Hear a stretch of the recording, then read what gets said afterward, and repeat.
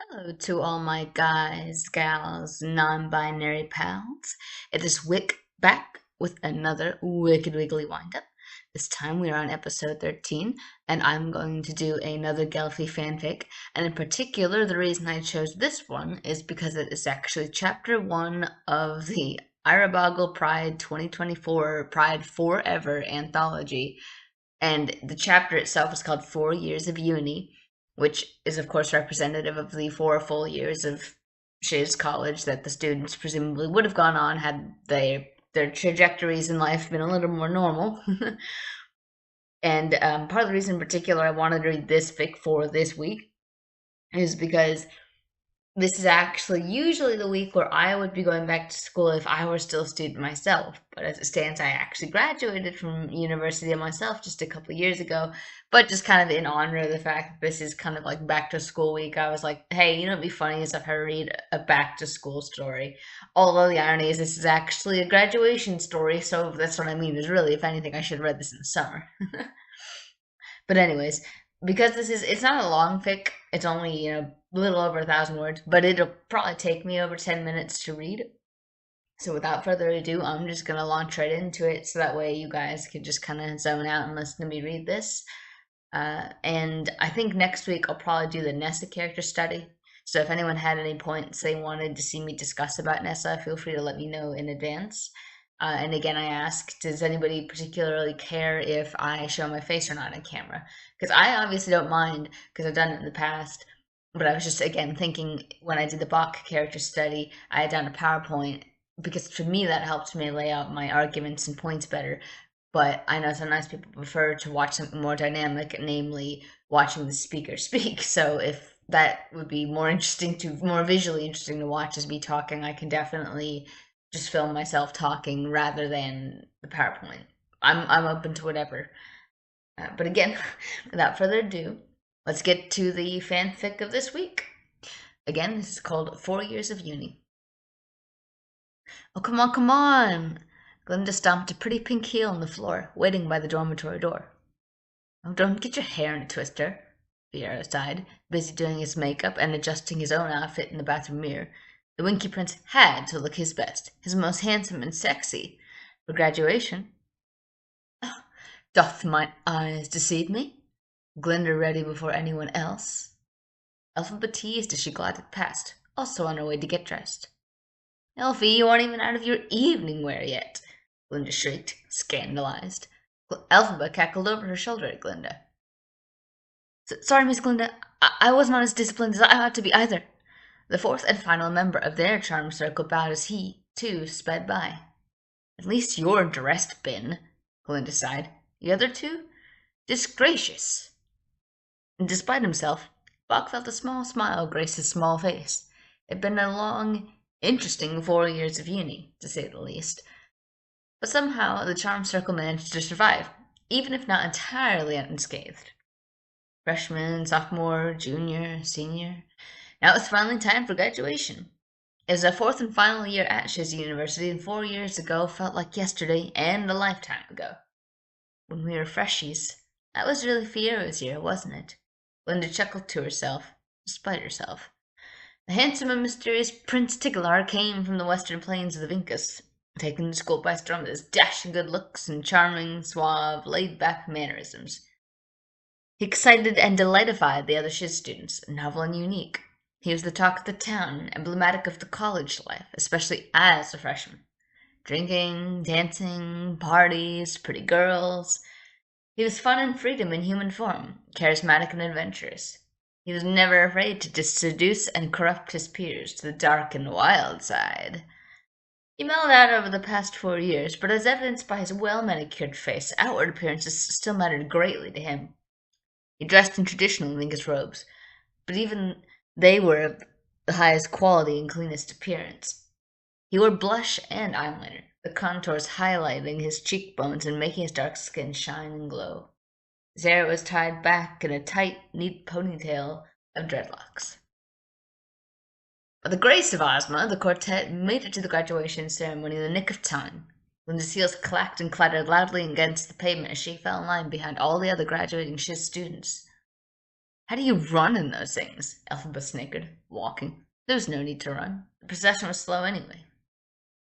You could have been a fashion major, Firo agreed, chuckling as well. See, they'd already caught up with the pack, and without running. I did minor in it, Glinda replied, nose in the air. Bach watched them from behind with a serene, pleasant smile. Second year was Miss Elphaba's for sure.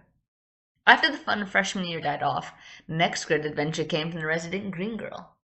It all started in bio class, and substitute teacher Nick Dick brought in a poor, defenseless little lion cub to experiment on in front of the entire class. We had to stop her from going completely and utter feral, too. Bach chuckled to himself. Even though he, Glinda, and Firo were all also appalled by the poor treatment of the lion cub, it was Elphaba who nearly blew a gasket and marched right up to the Emerald City that very day. Animal rights consumed her, and soon it was all she could or would think or talk about. She was fiery and passionate, the first of the four to really get a clue what she wanted to do with her life. Her passion sparked a fire in the others, and one by one they slowly began to find themselves. An inspiration to us all, even if we didn't realize it yet. Bach and the others stepped into the graduation hall, where a sea of other students already waited and whispered excitedly. The charm circle was forced apart, but only because they'd each majored in something different. Elphaba majored in life sciences and Glinda in political sciences, so they sat on opposite sides of the graduation hall. Pierre, a business major, was in the section in front of Glinda's. Bach had chosen agricultural sciences, of all things, and was seated in front of Elphaba's section. It was not a degree that seemed outwardly prestigious, but with a large chunk of Oz's economy agrarian, it was a versatile degree. Whether Bach returned to the golden fields of Munchkinland or went to the wild west of Vinkus or even the Emerald City, knowledge about farming was always useful. The head sister stepped up to the podium, and Bach's eyes darted to the sciences section where Elphaba was rolling her eyes and pretending to gag dramatically anytime he, Firo, or Glinda caught her disdainful gaze. This is part of the reason she'd wanted to skip the ceremony. Aside from loathing the usual pomp and circumstance, she loathed Madame Orville. It was 3 against 1, and Elphaba was forced into it by the rest of the charmed circle. Oh well, it was just one short day. Life sciences? Madame Orville's voice boomed out across the auditorium, and Elphaba and a handful of other students rose to their feet. In response, all the others clapped and cheered. Bach clapped as loud and hard and fast as his tiny hands would allow, and the green girl heard Fiora's familiar wolf whistle from the crowded business section. Ugh. Disgusting. Droll. Pretentious. There was only one in the entire crowd whose cheers made her smile genuinely. Glinda. Brown eyes managed to find golden hair in the faintest bunching up of pink clothing in the neckline of an otherwise blue shiz robe. Ah, there she was. That's my Elfie! Glinda pointed excitedly, and Elphaba couldn't help but shake her head and chuckle. The ceremony was still a huge waste of time in her opinion, but Glinda refused to let her girlfriend skip out on her college graduation. 4 years, Elfie! 4 years! It's your senior, your very last. You can't just not show up to the finish line. And no matter how Elphaba tried to explain that she didn't view it as a failing to show up at the finish line, Glinda wouldn't have it. I swear I will drag you there by the ear if I must, and I will happily sit in your lap in the life sciences section the entire time if it keeps you there. Well, my pretty, what if I want you sitting on my lap for the entire school to see? Elphaba asked wickedly. After Glinda shrieked, slapping her arm lightly and turning as pink as her dress, she stormed away in a huff, insisting that Elphaba had better have her graduation robe on by graduation time. The charm circle would have said that junior year, though, really belonged to Bach. In some ways, it was the hardest and longest of all. Third quarter slump was real. But shy, quiet, polite little Bach had grown a spine of steel in that 3rd year, refusing to allow any of his classmates to not graduate, especially after Elphaba's scare in 2nd year when she almost dropped out and went rogue. Bach refused to sit idly by and watch his beloved charm circle nearly fall apart again. You're heartless, man. Firo howled in horror, covering his face as Drill Sergeant Bach, all he lacked was the whistle, came marching through the dorms. Now was not the time for drinking, partying, running, or hiding. Now was the time to crack down on studying and growing up. Quite the contrary, the Munchkin told the Winky Prince icily. I love you too much to not see you graduate with me. He earned Fear's respect that day and his romantic love later on. Truly, the prince would have never imagined he'd fall in love with a little farm boy Munchkin, but then again, he never thought he'd be friends with a green-skinned girl either. or join the civil rights cause. That left senior year as Glyndis. Vera watched her with a proud smile as the entire class finally got to walk across the stage one by one. As the ceremony went, at first, Morble simply called out every graduating major by class in school. It would simply be too long to call every single student out by name. But for the grand finale, everyone was able to walk across the stage. It wasn't quite the same, as it still had to be a rather swift procession, but Glinda held her head high as she flounced and trounced up the stairs onto that stage. Golden hair gleaming in the spotlight, she paused at the top of the world and looked down at the darkened auditorium. The tiny sacred piece of paper was clenched in her pink-nailed hands, the one with her and Morble's name on it, officially decreeing her competent enough to begin a career in politics. And who knew, maybe someday she'd move on to even bigger and better things and try her hand at law. She could go to law school. B.L. Woods. Similar to Fiera, it was a path she never imagined herself going down. She was a rich high society girl, an aristocratic elite.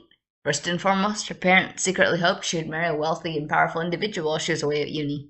That was Glinda's plan too as a freshman meeting Prince Fiero for the first time. But oh, how life could end up changing while she was dancing through.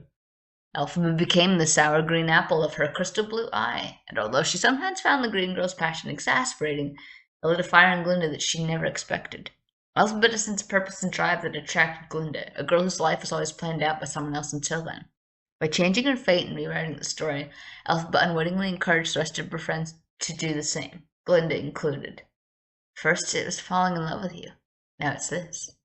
Breathless, she barely held in the giggle as she crossed the stage and came down the stairs on the other side. Elphaba, Bach, and Fiera were waiting for her, all of them beaming.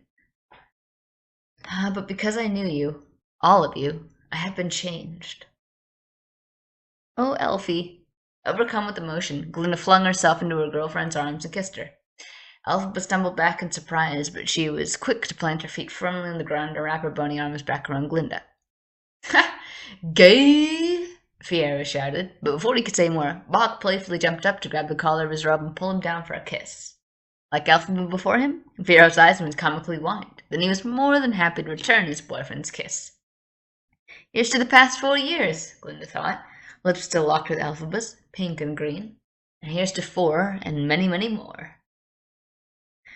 Alright, and that concludes the fanfic of this week. And as I said, I'm going to do the Nessa thing next week. And what I might try to do, don't quote me on this because it's really ambitious, but I've got some essentially software similar to The Sims where I can create characters. I'm honestly wondering if I want to try using the dance thing and just attempt to make some sort of music video or at least part of one. We'll see. But again, if anyone has any ideas of video topics they'd like to see or if they'd like to participate in the show themselves, feel free to email me or join my Discord and let me know. I'm always happy to include people as we get closer and closer to the day the Wicked movie releases. I am I alternate between obsessively lurking all their social medias, counting down the days and trying to abstain from that because I don't want to accidentally spend half of this year pining for it to be over. But we're getting closer, you guys. And that is all for this week. I shall hopefully see everybody back in 7 days.